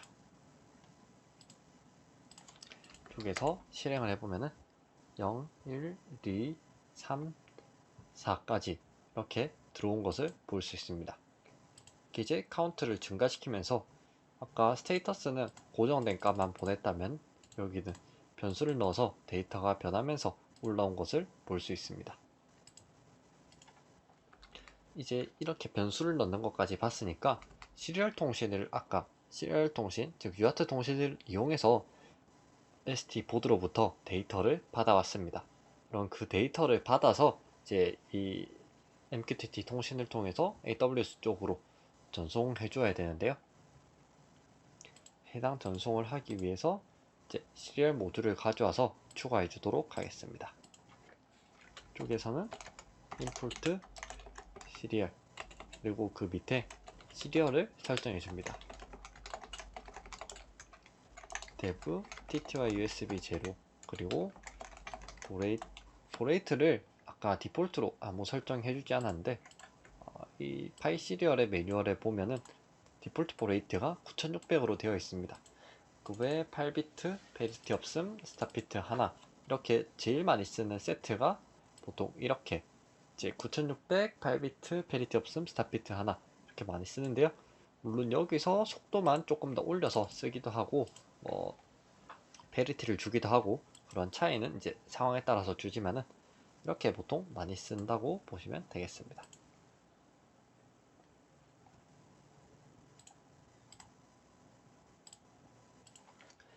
일단은 혹시 모르니까 보레이트를 지정해 줘 보도록 하겠습니다. 보레이트는 9600 그리고 시리얼에 reset input 이제 이전 데이터들이 들어와 있는 게 있을 수 있으니까 버퍼를 리셋해 주는 것입니다. 이 밑에 부분을 아예 지워주고 새로 만들도록 하겠습니다. 여기다가는 while true 즉 무한반복이 되는 부분을 넣어주고요. 만약에 시리얼 in underbar waiting 이라고 하면은 waiting 즉 들어와 있는 데이터가 있는지 데이터의 버퍼 양을 리턴해 줍니다. 그리고 r은 readline 이러면은 in waiting 즉 들어와 있는 대기 버퍼가 있다면은 readline 줄바꿈까지 데이터를 읽고 줄바꿈이 없다면은 그냥 버퍼 끝까지 읽어서 리턴을 바로 해줍니다. 아까랑 똑같이 페이로드를 생성해줍니다. 다음으로 value는 r인데 아까 보셨을지 모르겠지만 r 데이터는 앞에 b가 붙어 있었습니다. 그건 이제 바이트 형태 한번 인코딩된 데이터라는 의미로 인코딩된 데이터는 이제 JSON으로 바꿔서 보내줄 수 없습니다. JSON으로 바꿔서 보내주기 위해서는 스트링 형태로 되어 있어야 하는데요. 바이트 형태를 스트링으로 형태로 바꿔주기 위해서는 디코드를 해주고 문자열 방식을 지정해줍니다. 문자열은 이제 보통 제일 많이 쓰는 UTF-8로 해주겠습니다. 혹시나 인코딩 같은 거를 확인하실 일이 있을 때 한글 같은 경우는 윈도우면은 EUC-KR을 많이 쓰고 혹은 CP949 같은 것도 들어보셨을 테지만은 많이 쓰는 것은 보통 UTF-8로 하면은 이제 이게 조합형이냐 완성형 그런 차이가 있긴 한데 UTF-8로 통일을 해주면은 웬만한 문자에서는 거의 다 깨짐없이 진행을 할 수 있으니까요. 가급적이면 UTF-8로 통일하는 것을 권장드립니다. 일단 이렇게 페이로드를 만들어 주었으면은 MQTT 언더바 클라이언트 퍼블리시를 해주고 토픽은 알파이의 시리얼로 해주겠습니다. 이렇게 토픽을 계속 바꿔주는 이유는 토픽은 한마디로 주제를 의미합니다. 알파이 슬래시라고 하면은 알파이 밑에 위치한다 그런 의미가 되고요. 물론 와일드카드라든지 다른 여러 의미도 있는데 일단 이 실습이 끝난 뒤에 한번 다시 전체적으로 설명드리도록 하겠습니다. CDR 그 다음에 데이터가 들어가야 되니까 json.dump 다음 페이로드를 적어주고 0으로 넣어줍니다. 종료를 하면은 종료 전에 다시 한번 보면은 이 퍼블리시 스테이터스 퍼블리시까지 한 다음에 시리얼 웨이팅까지 하고 리드라인이 있으면은 데이터를 리드라인까지 읽어서 밸류에다가 데이터를 넣은 다음에 퍼블리시 한다. 이 다음에 하나 추가해 주겠습니다. else라고 해서 else라고 하면 in waiting 즉 대기 버퍼가 없다는 의미가 되겠죠. 그러면은 이 mqtt 퍼블리시를 딱 그대로 가져와서 스테이터스에다가 디스커넥트를 보내줘 보도록 하겠습니다. 그리고 시리얼을 닫아주고 브레이크 문으로 와일물도 탈출하는 것까지 이제 프로그램 종료가 되겠죠. 그러면 시리얼 있는 거를 다 보낸 다음에 종료가 되는 형태로 되어 있습니다. 저장을 하고 한번 실행해 보도록 하겠습니다. 실행 전에 토픽을 익힐 수 있도록 토픽 서브스크립션 토픽을 추가를 해주고요. 여기다가 실행을 해줍니다. 그러면 데이터를 계속 읽어드려서 데이터가 좀 많이 왔나 보네요. 테스트 WRWN 줄바꿈까지 해서 쭉 온 것을 볼 수 있고요. 스테이터스에 디스커넥트가 온 것도 볼 수 있습니다. 이러면은 이제 시리얼을 통해서 데이터를 읽고 디스커넥트하고 이쪽에는 종료가 됐겠죠. 종료하는 것까지 진행이 되었습니다. 이렇게 하면은 만약에 ST보드에서 버튼을 눌러서 데이터를 0, 1을 준다. 그거를 MQTT로 받아서 진행을 할 수도 있을 것이고요. 라즈베리 파일 통해서 MQTT를 올려서 AWS에 연결이 가능합니다. 혹은 여기에서 이런 부분에 액티비티 같은 거를 이쪽에 왼쪽에 보면 act라고 있습니다. act에 룰이라고 있는데 예를 들어서 create 룰을 해서 이런 토픽 이제 쿼리 문이랑 비슷한데 이런 쿼리가 들어왔을 때 add action 이제 람다로 메시지를 보낼 수도 있고요. SNS를 이용해서 문자 메시지 등으로 데이터를 보낼 수도 있습니다. 혹은 근데 이제 여기서 name description은 이 룰에 대한 설명이 되고 이런 쿼리 문은 IoT 토픽 이 부분은 이제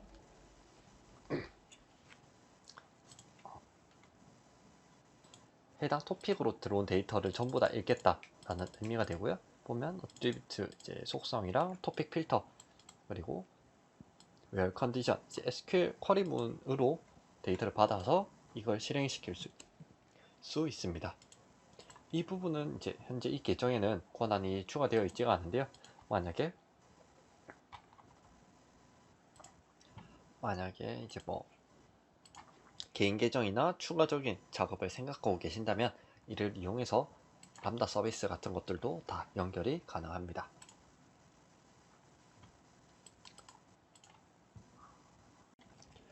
AWS IoT로 계속 업로드를 진행하고 테스트까지 해보았습니다.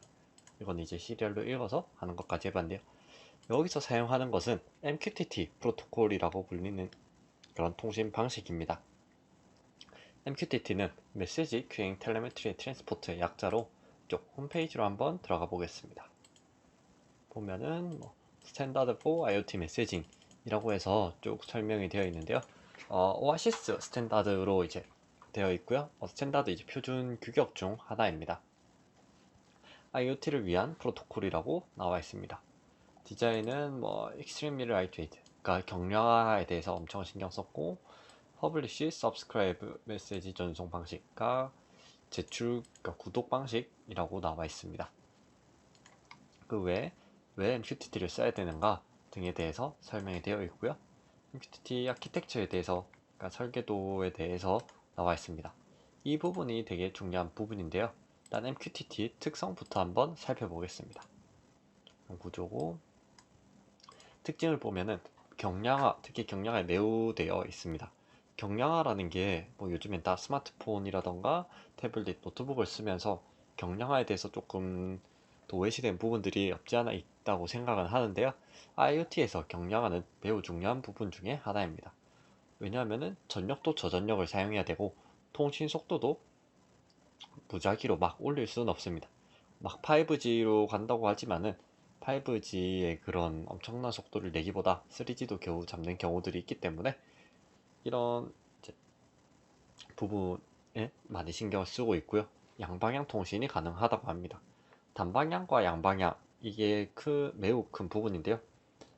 단순히 기능 하나 추가라고도 생각할 수 있지만은 이걸 퍼블리시만 하느냐, 서브스크라이브만 하느냐, 혹은 퍼블리시, 서브스크라이브 다 하느냐에 따라서 신경 쓸 부분이 매우 많아집니다. 근데 그걸 일단 다 가능케 했다라는 부분이 있고요. 브로드캐스팅을 지원하고 있습니다. 브로드캐스팅이라고 하면 이제 광고라는 그런 의미인데요. 보통 지금 우리가 연결한 유아트 방식은 1대1 통신 방식에 속합니다. 근데 브로드캐스팅이라고 하면은 하나의 장비가 여러 장비에다가 데이터를 뿌릴 수 있다는 그런 의미가 됩니다. 이게 왜 그러냐면은 1대1 연결은 결국 한계가 이제 발생하는 경우가 있습니다. 예를 들어서 IoT라고 하면은 본래 장비들마다 이제 인터넷이 연결이 되고 그들끼리 연결되는 것들도 목적을 두고 있는데 1대1로만 연결 가능하면은 뭐 무조건 게이트웨이를 통해야 된다든지 뭐 AP가 있어야 된다든지 하는 단점이 있을 것입니다. 근데 그게 없이 브로드캐스팅을 해버리면은 내가 일단 데이터를 뿌리고 나에 대한 식별자라든지 그런 걸 다 포함해서 보낸 다음에 읽는 쪽에서는 이거 누가 언제 보낸 데이터네 그렇게 읽어서 응용하거나 활용할 수도 있기 때문에 브로드캐스팅 기능은 이제 매우 중요한 기능이라고 볼 수 있겠습니다. 그 외에는 이제 세션 연구 유지나 TLS 암호화를 지원합니다. 세션 연구 유지는 이제 TCP 레이어 위에서 동작하는 경우에는 주로 많이 보게 되는데요. 세션이 끊어지게 되면은 세션 확인 과정이라든지 세션 남은 시간이라든지 아니면은 세션마다 재연결을 해야 된다든지 하는 단점이 신경 써줘야 될 부분이 있습니다. 물론 뭐 AWS 쪽에는 타임아웃 기능이라든지 그 외 오프라인 큐잉 같은 기능도 지원하고 있는데 일단 세션 연구 유지가 가능하기 때문에 시간에 관계없이 계속 사용할 수 있다 그런 점이 있고요. 또 TLS 암호화 하면은 이제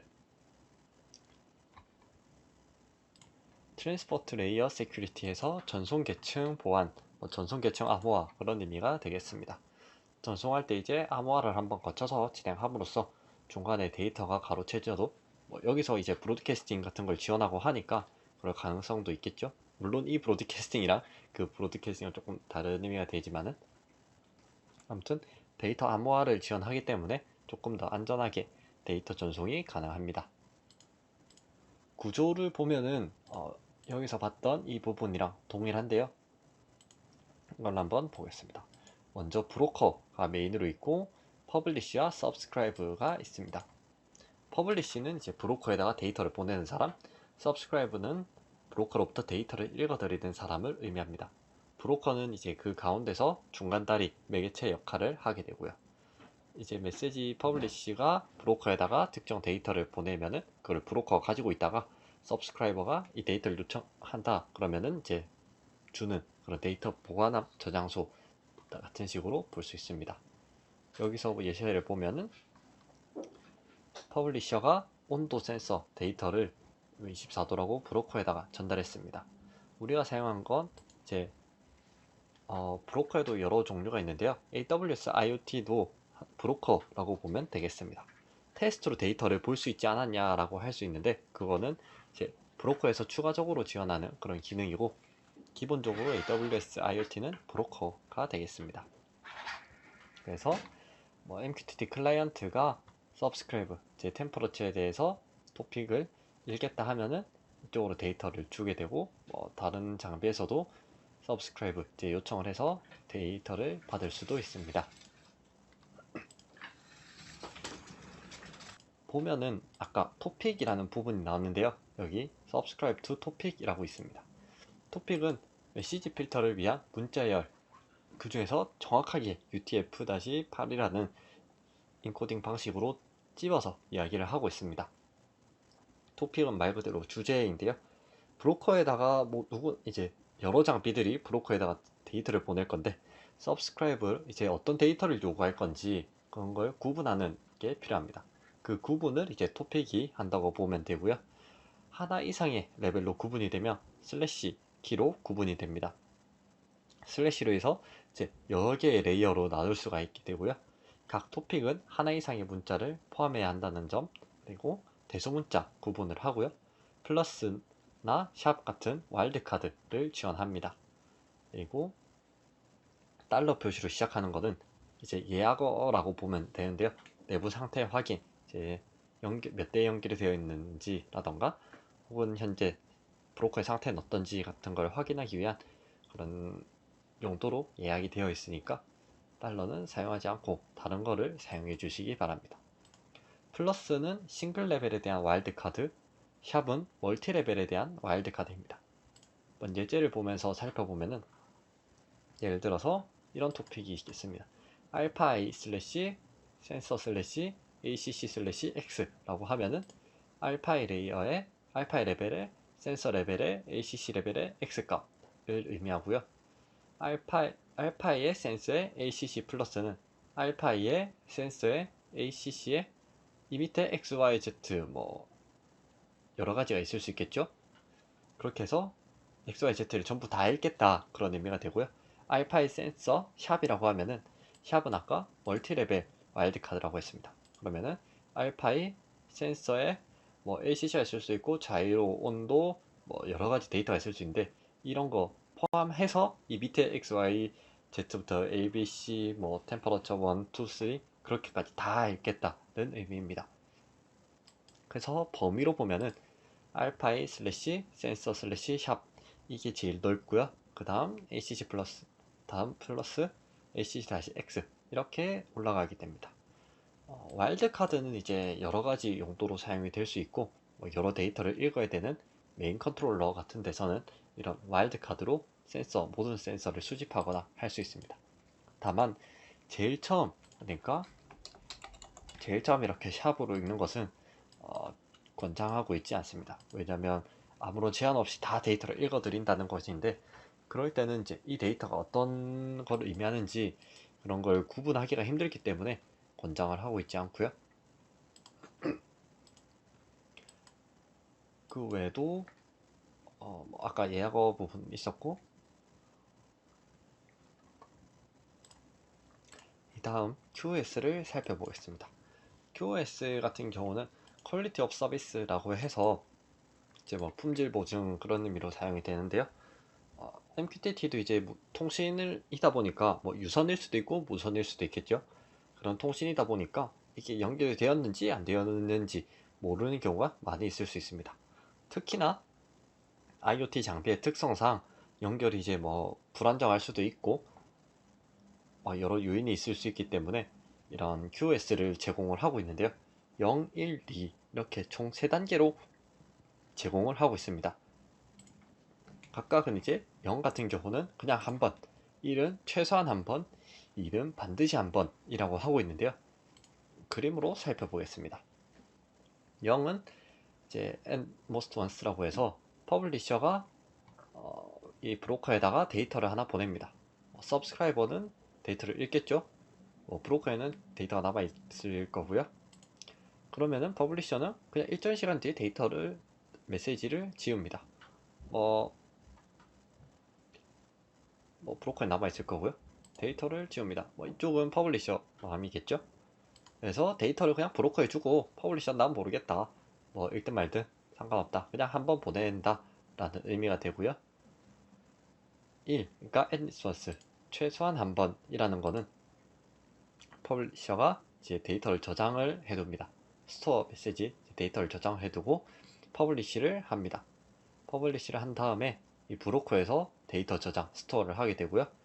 쪽에서 서브스크라이버가 요청을 해서 데이터를 한번 줍니다. 그러면은 이제 메시지 델리트를 하고 푸시백가 데이터를 누구한테 줬다라는 거를 퍼블리셔 쪽에 다시 응답을 주는 거죠. 그러면 이 응답을 받으면은 퍼블리셔가 이제 아까 저장되어 있던 데이터를 지우게 됩니다. 그러면 이쪽은 그냥 주고 말았던 거에 비해서 한번 브로커로부터 응답을 받은 형태가 됩니다. 이게 이제 최소한 한 번이라는 의미가 되고요. 2번은 반드시 한 번인데, 예를 들어 여기서 처음에 데이터를 한번 저장합니다. 저장한 채로 퍼블리쉬를 진행하게 되고요. 여기서 스토어가 저장을 하고 서브스크라이버가 퍼블리쉬를 받게 됩니다. 이까지는 이제 1번이랑 동일한데요. 다음에 브로커가 이쪽 퍼블리쉬한테 응답을 줍니다. 응답을 주면은 여기가 그냥 받았다고 지우는 게 아니라 응답을 받았다는 회신을 다시 브로커로 보냅니다.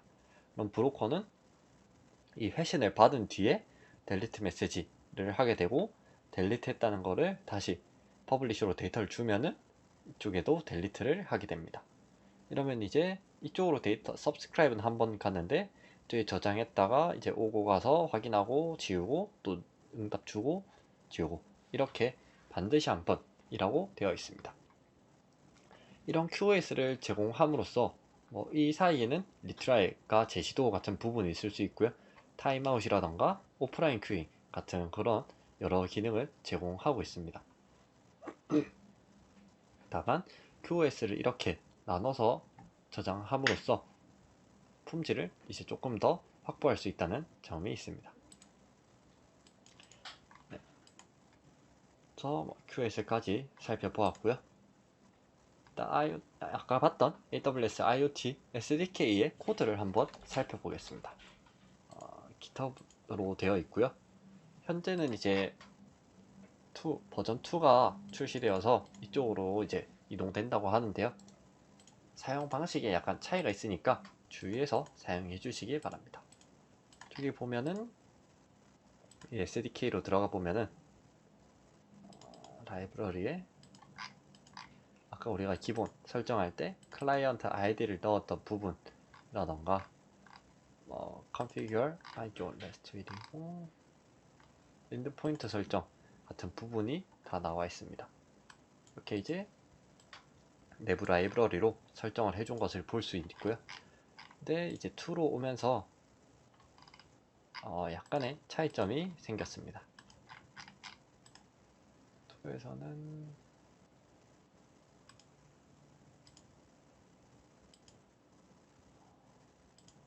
IoT 잡스 같은 걸로 보면은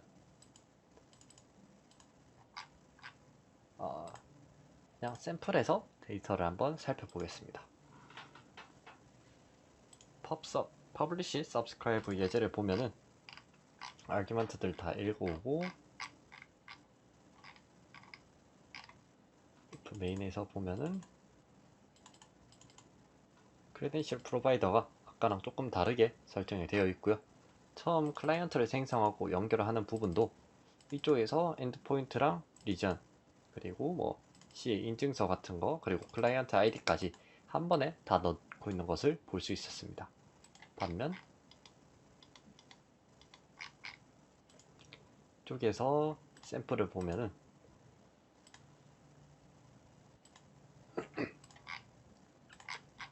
쪽에서는 이제 클라이언트 생성을 해주고 엔드포인트랑 크레덴셜 이제 CA 같은 거를 그냥 하나하나 넣어주고 있는 걸 볼 수 있는데요.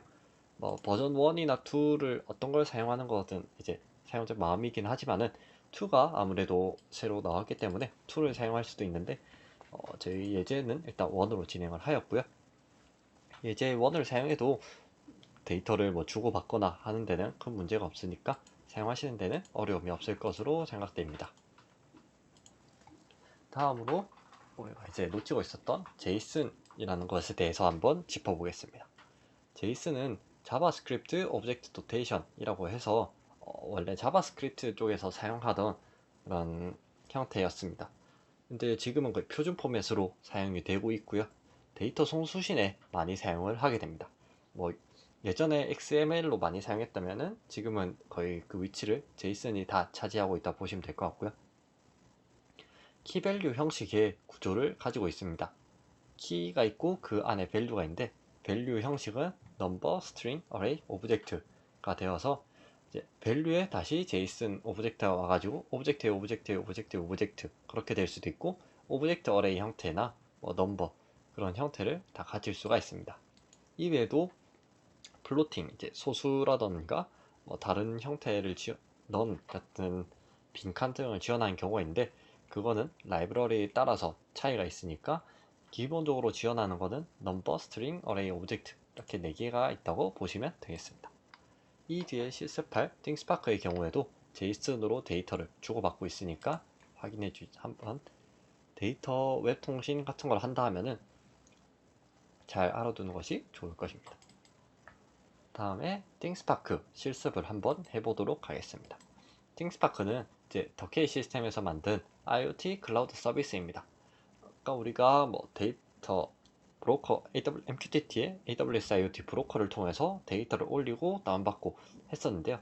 그와 유사하게 이제 사용할 수 있는 IoT 전용 클라우드 서비스입니다. 여러 센서 데이터를 모으고 차트로 바로바로 볼 수 있다는 장점이 있고요. RESTful API, RESTful한 그런 웹 통신이랑 MQTT 혹은 웹소켓 등을 다양하게 지원하고 있습니다. 홈페이지를 가서 한번 살펴보겠습니다. 처음에 이제 로그인, 회원가입을 진행해 주시면 되고요. 저는 일단 로그인을 해보도록 하겠습니다. 네, 로그인이 완료가 되었고요. 여기서 보면은 뭐 장치에서 IoT 클라우드 띵스파크로 보내고 어플리케이션으로 이제 뭘 볼 수 있는 형태로 되어 있습니다. RESTful API나 MQTT, 뭐 웹소켓, M2M이랑 로라 등등 여러 가지를 지원하고 있고요. 밑에 ESP 예제나 타 예제, 엠베드 예제도 같이 있는 것을 볼 수 있습니다. 그럼 위로 가서 MQTT 같은 경우는 이제 AWS IoT로 해보았으니까 RESTful API로 한번 라즈베리 파이에서 업로드를 해보도록 하겠습니다. 그래서 채널로 들어가서 새 채널을 만들어 줄 것인데요. 기존의 채널을 그냥 뉴 채널로 바로 진행하겠습니다. 이쪽에선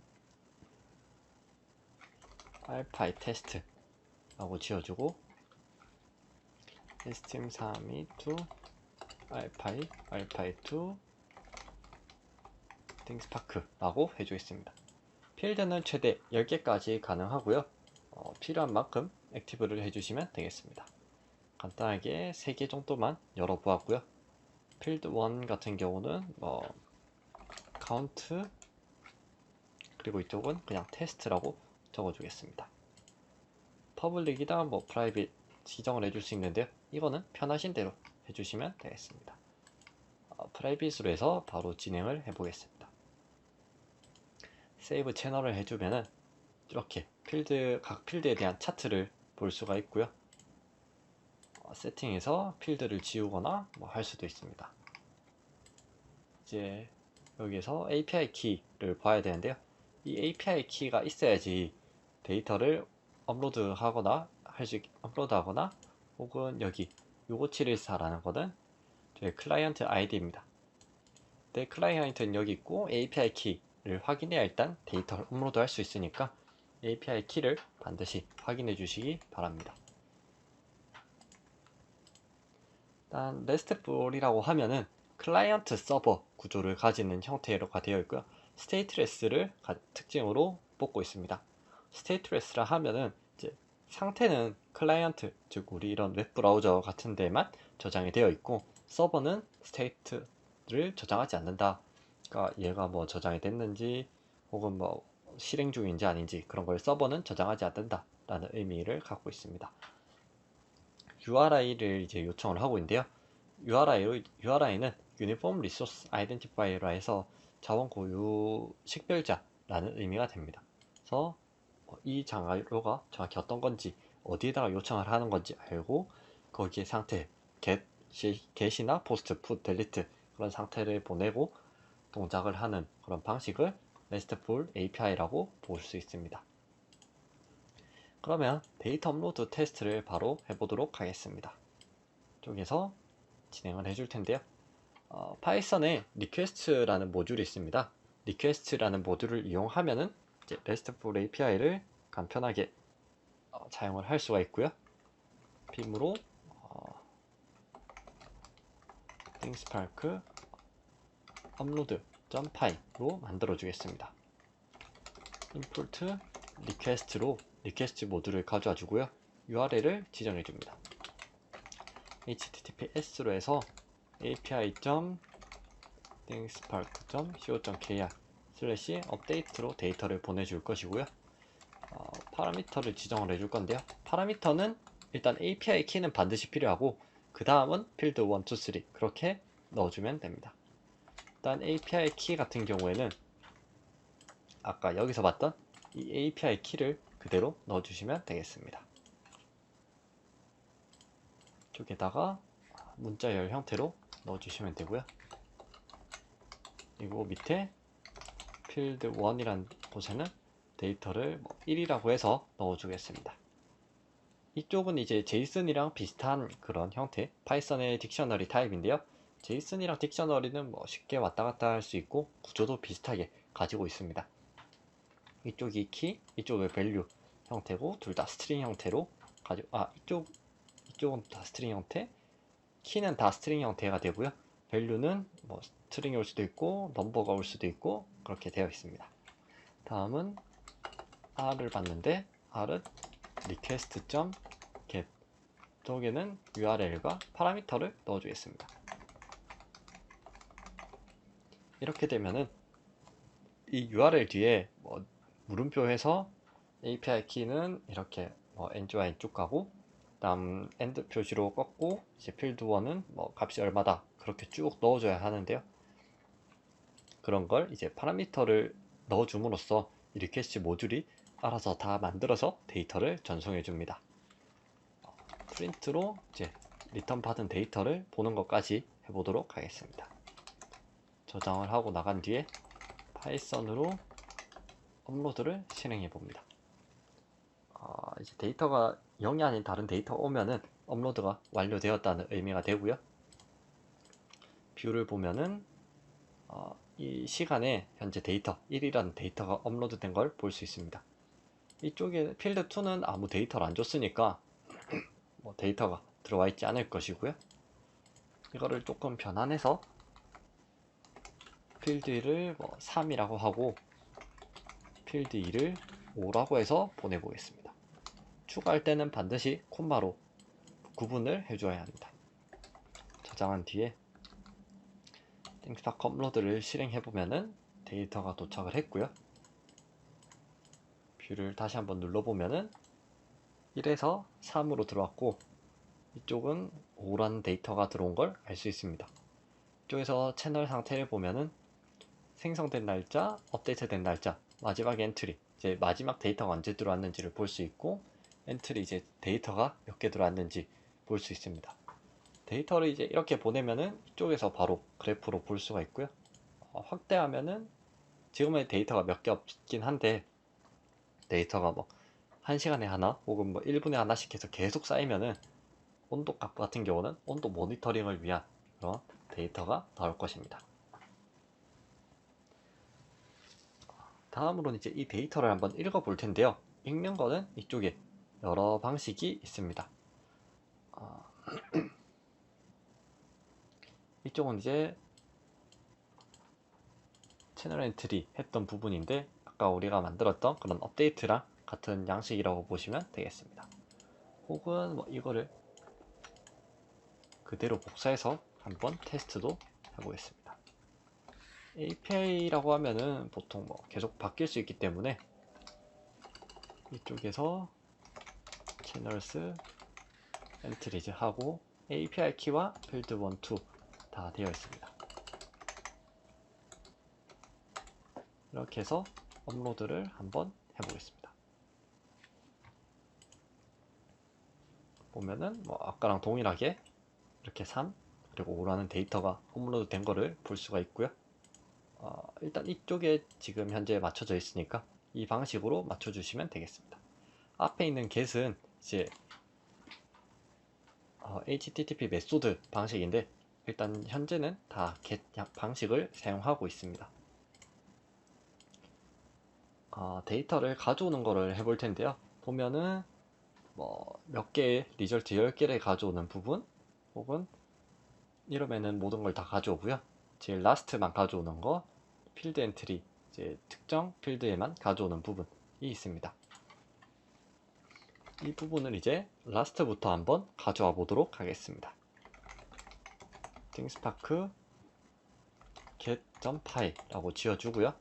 위에 똑같이 import request 모듈 그리고 URL은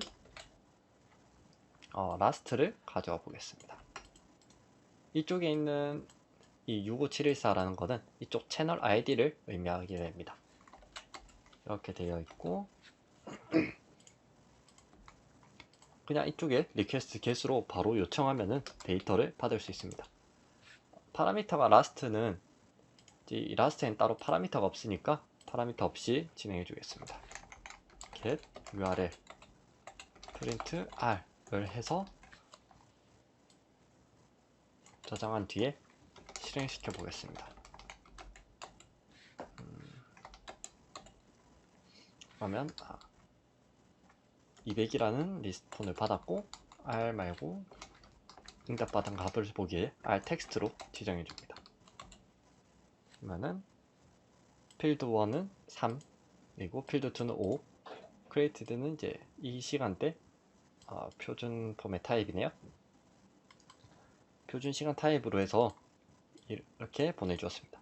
시간은 이제 ISO 타임 포맷이라고 해서 날짜라 그 다음 T로 구분하고 시분초 그 다음 이제 차이가 얼마인지 왜냐면 플러스 0이니까 원래 한국은 플러스 9시간이죠. 근데 0시간이니까 13시 플러스 9 하면은 현재 시간인 에 맞춰서 제 데이터가 업로드 된 것을 볼 수 있습니다.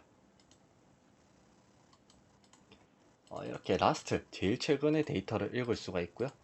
혹은 이 뒤에 엔트리즈로 리절트 몇 개를 읽을 수도 있습니다. 그러면 파라미터를 이제 추가해 줘야 되는데요. 이쪽에 라스트 대신에 엔트리즈 라고 적어주고 파라미터를 넣어줍니다. 이쪽에는 리절트를 넣어주겠습니다. 리절트를 한 3개만 가져오겠습니다. 이쪽에 파라미터를 넣어주면 되고 그대로 바로 실행해 주시면 되겠습니다.